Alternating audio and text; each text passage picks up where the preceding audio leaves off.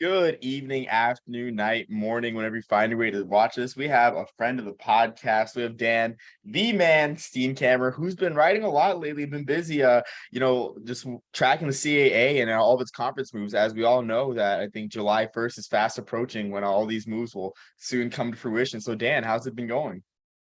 We are just hurtling towards July 1st, New Year's Day, as I'm calling it, New Year's Day for our calendar. The one you and I are living in, I think July 1st is our New Year's Day. So until we get to that June 30th, New Year's Eve, there could be more news and notes up to that point. I'm certainly keeping an eye on Howard as it relates to the CAA.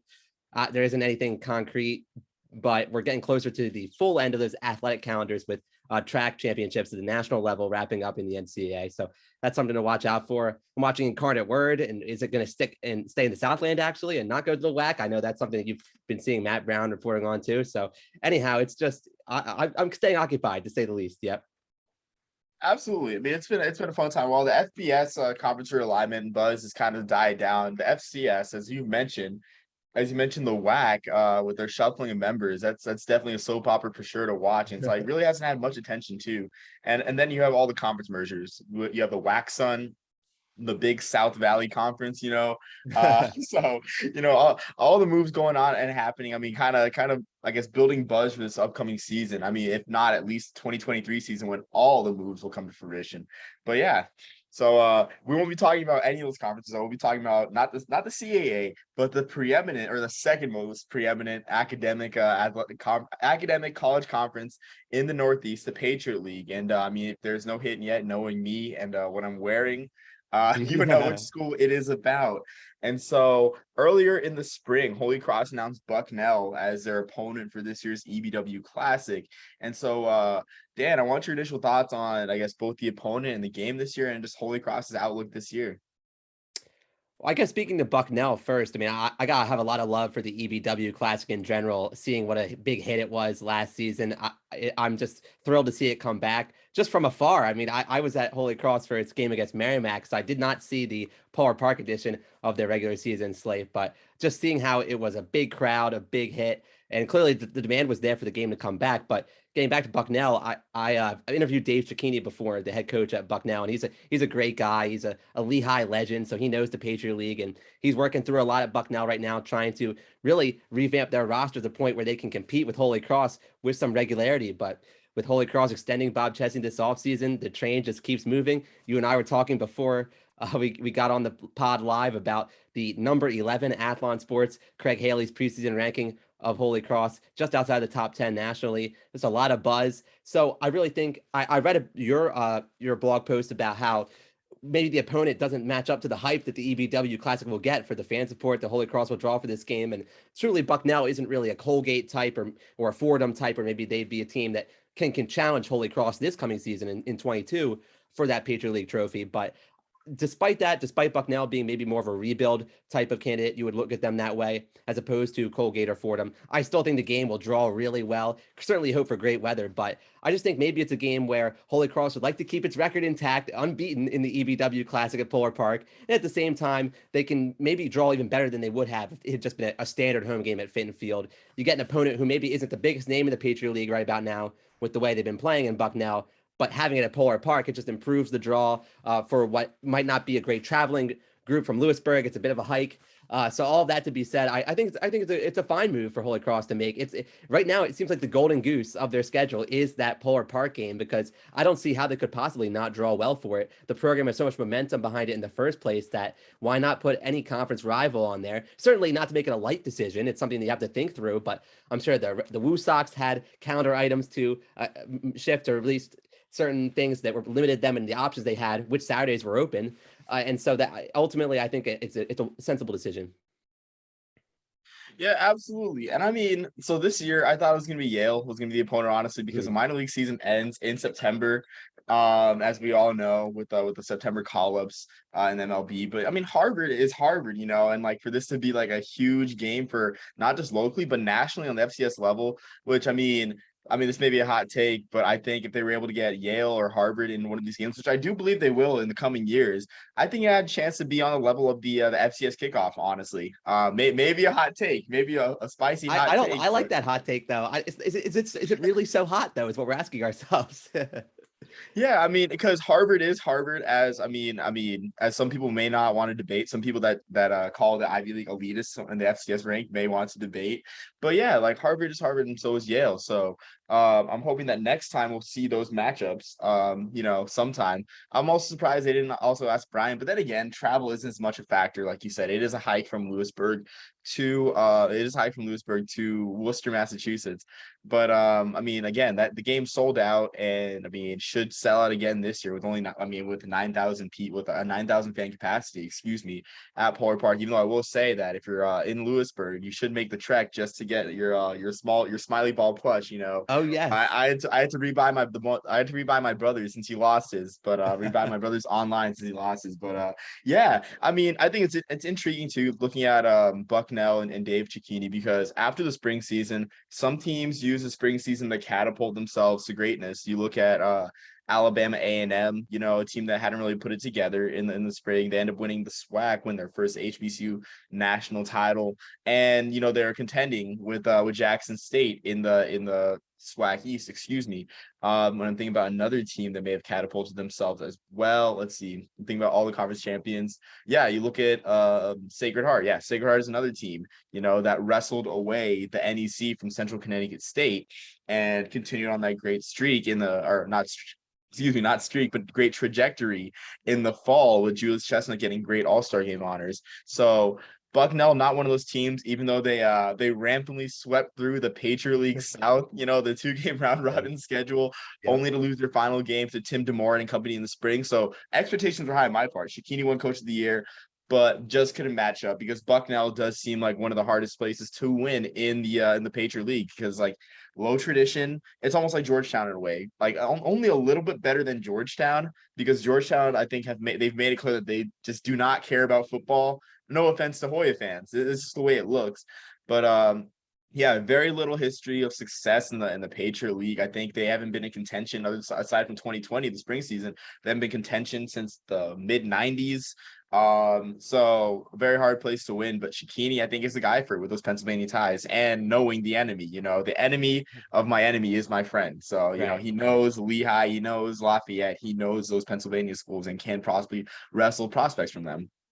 And Lewisburg, to its credit, I went out of my way in 2020. I think the calendar's running together for me. I say that every time I'm on this podcast. Probably you can count how many times I've said it. But I did make my way out there to visit the facilities, and it's a pleasant campus. I mean, I give Bucknell all kinds of credit. Certainly has the rigor of a Patriot League institution. You had mentioned academics briefly. There's a lot going for it, but you outlined perfectly the lack of football pedigree is probably a succinct way to say it.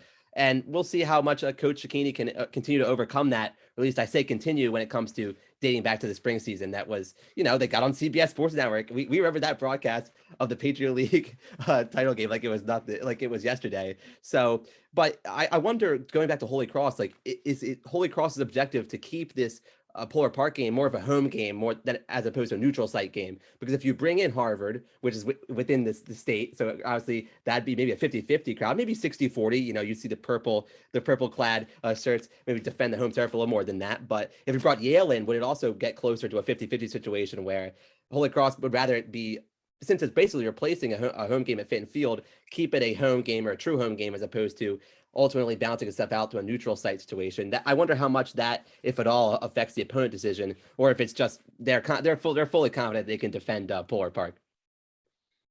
I think that's a great point too. I mean, I know you joked about going undefeated in the EBW Classic.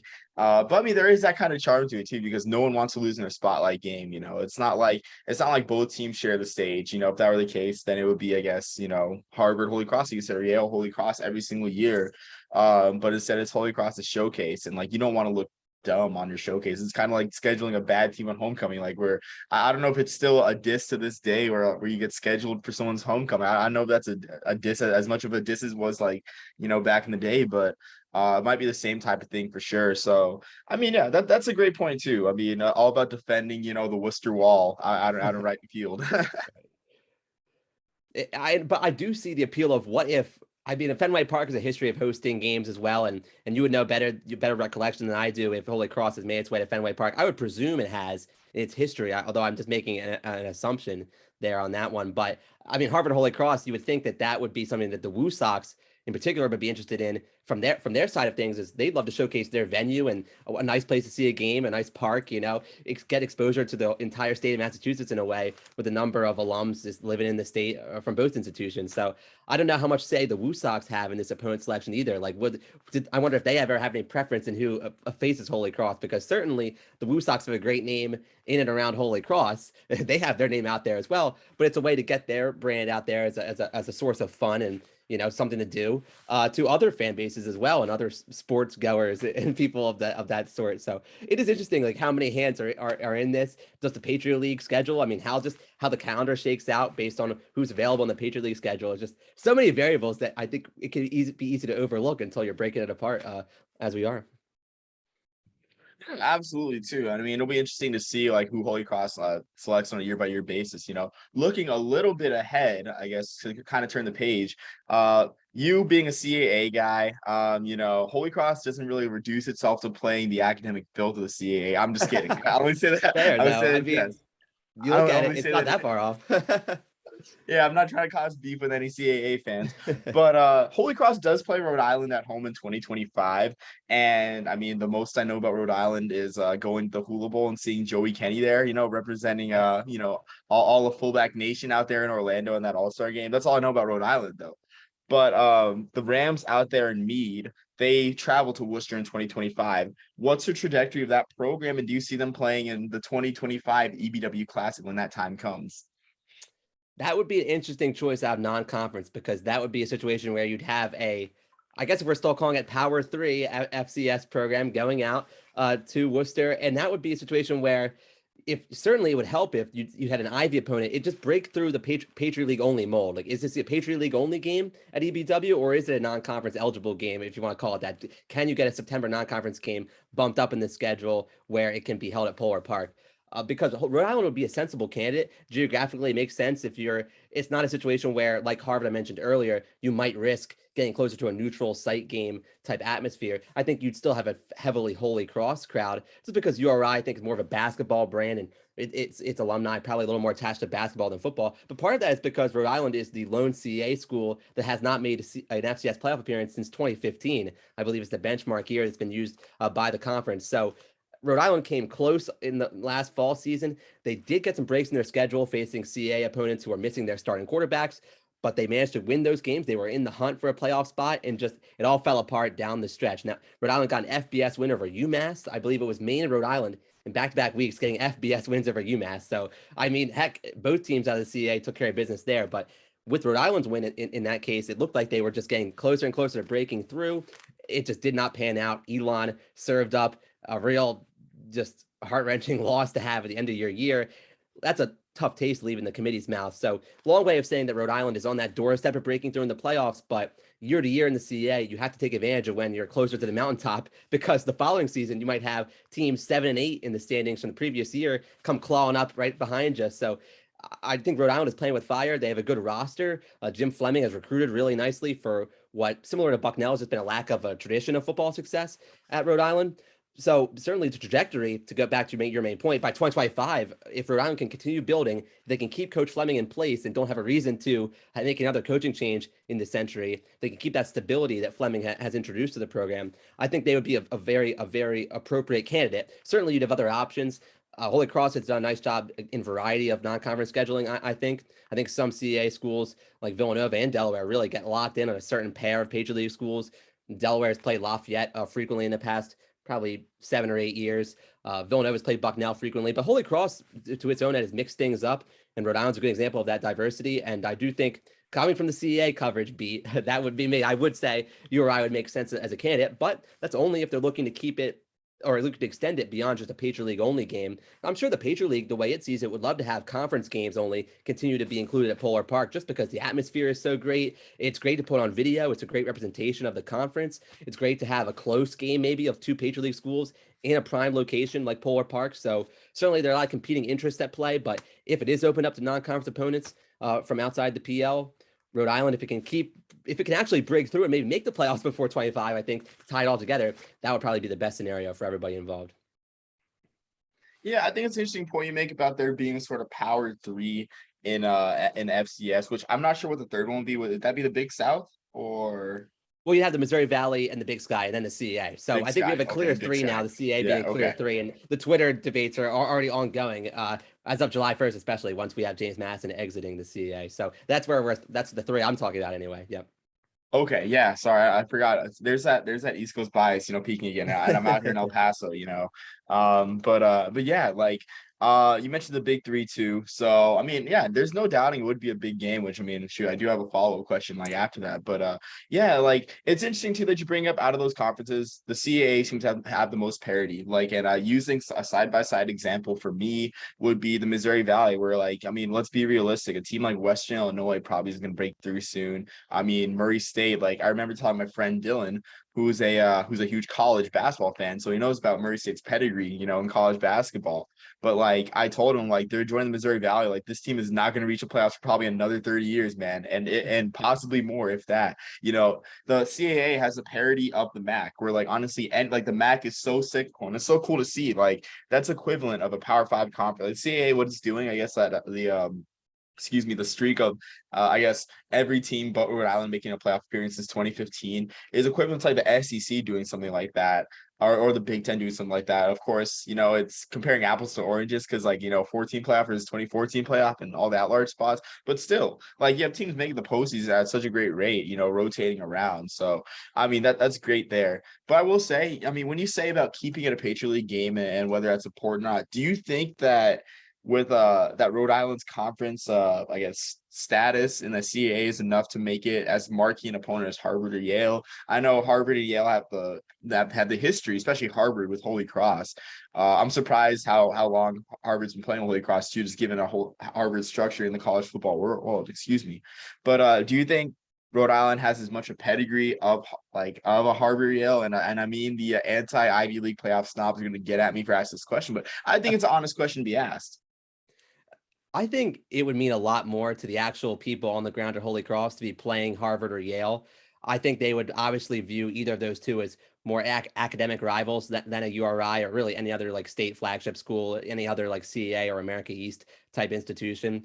Or in Rhode Island's case, it'd be Atlantic 10, to be clear, not to confuse the matter there. But I do think, I mean, I'm good friends with a number of students currently at Holy Cross. And I think if I polled them, I mean, they recognize the name Rhode Island. I'm sure a number of them might have applied to URI and they were considering that school along with the Hill and others. But I think the name recognition of a Harvard, Yale, both in football success within the Ivy League. I mean, the playoffs be damned. I mean, you just look at the stats and the dominance of some of these programs. Dartmouth, I ranked in my preseason top 25 ballot at Hero Sports, and they landed in our final ballot combined with Sam's. I ranked Harvard as well, and they were ranked in our final version in addition to Dartmouth. So I have a lot of respect for the Ivy League on the field. I mean, I watched those Friday night Ivy League spotlights on ESPNU. That's must-see TV a lot of times because some of the best programs on the East Coast are playing in those spots in the FCS. So I guess, again, that's a rambling way to get around to saying that I do think it would be Harvard, Yale from a local community engagement sense. Certainly current students, I would think they'd be a little more amped up to get ready for a game versus a rival like Harvard, as opposed to just like, that's not the same appeal in those ways when it comes to Rhode Island, but Rhode Island still makes sense regionally. I guess Rhode Island might catch the attention of more people in the FCS nationally. Certainly, you would avoid the issue of having Ivy League haters or detractors, or I mean, I'm not going to hate on the players, the student athletes, and coaches at Ivy League schools. They don't make the decision to not participate in the FCS playoffs. So I like to give them shine when they earn it. But I guess if you did schedule your ride for an EBW Classic, you'd be getting a spot where, okay, everybody can get behind placing a CA school who, let's say, hypothetically has been in the FCS playoffs between 2022 and 2025. Hopefully that's happened for the sake of the CEA and for Rhode Island and for the sake of Holy Cross, if that was an opponent they'd like to go with. But now Harvard or Yale, I'd have to think that might be the first time that it goes non-conference because I mean, you have academic powerhouses going at it, whether you have HC versus Yale or HC versus Harvard, and then you'd have, I mean, Harvard especially. I just have to think that the overlap of those two in terms of the state of Massachusetts would be especially compelling. Exactly. I mean, because at the end of the day, you have the Ancient Eight. They're called the Ancient Eight for a Yeah. reason. And I mean, shoot, I'm just pandering to the Ivy crowd. There's love. I mean, elsewhere in the FCS for me or from me, but yeah, I mean, shoot, it's still Brandon at the end of the day, and in essence, it's kind of like I guess all the Ivy League schools have that sort of Notre Dame like standing in FCS. I mean, they're the closest thing, like all eight of them are the closest thing to Notre Dame in FCS. But yeah, like I mean, I have to imagine if they were to expand it like past the Patriot League, I mean, it would have to have that sort of kind of boom and impact like immediately.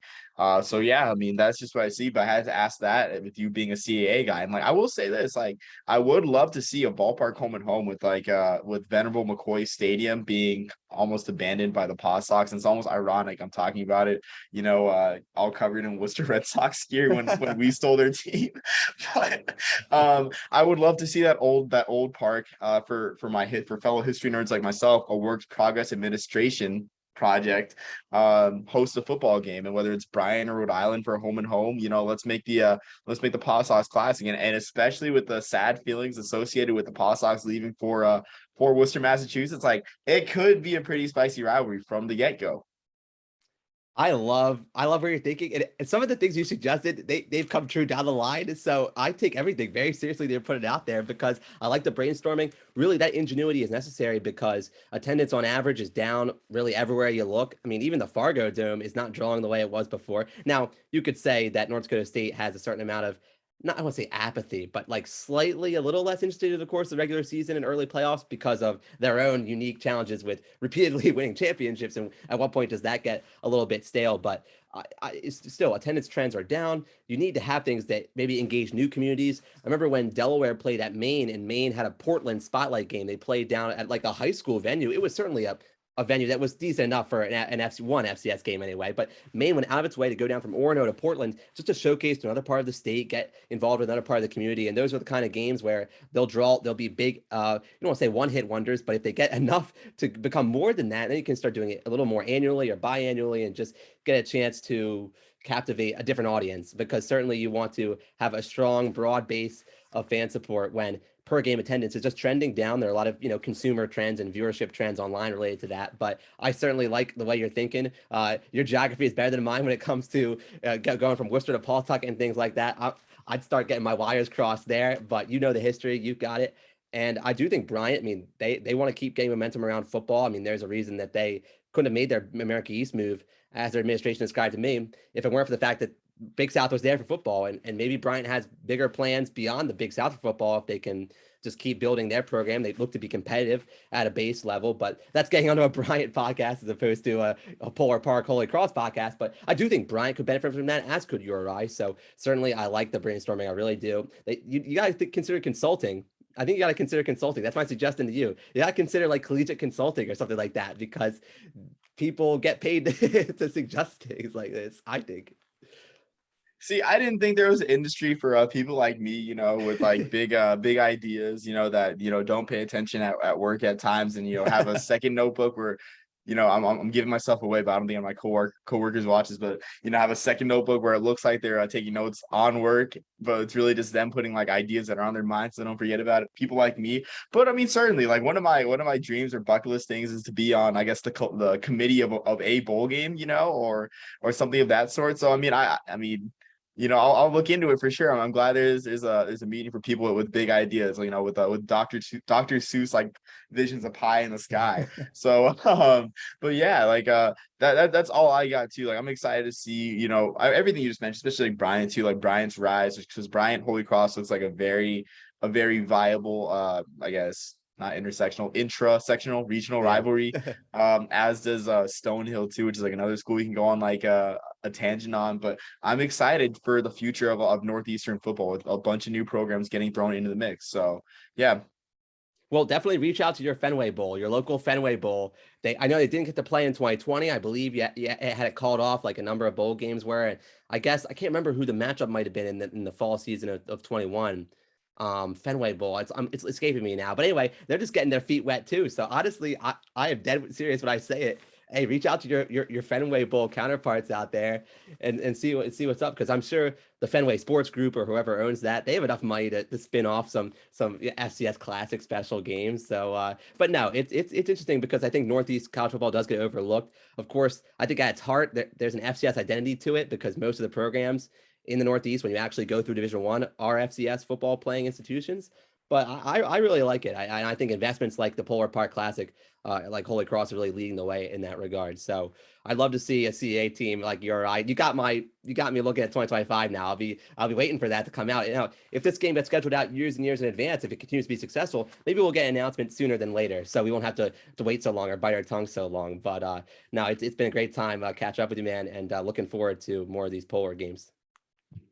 Yeah, absolutely, Dan. I mean, yeah, it's always a fun time catching up with you as well. And yeah, I mean, I hope we got your I guess your imagination going for like some of these games and possibilities. Cause I mean, if there's a minor league ballpark, there is a way, you know. So yeah, but October 8th, should be a fun time as well.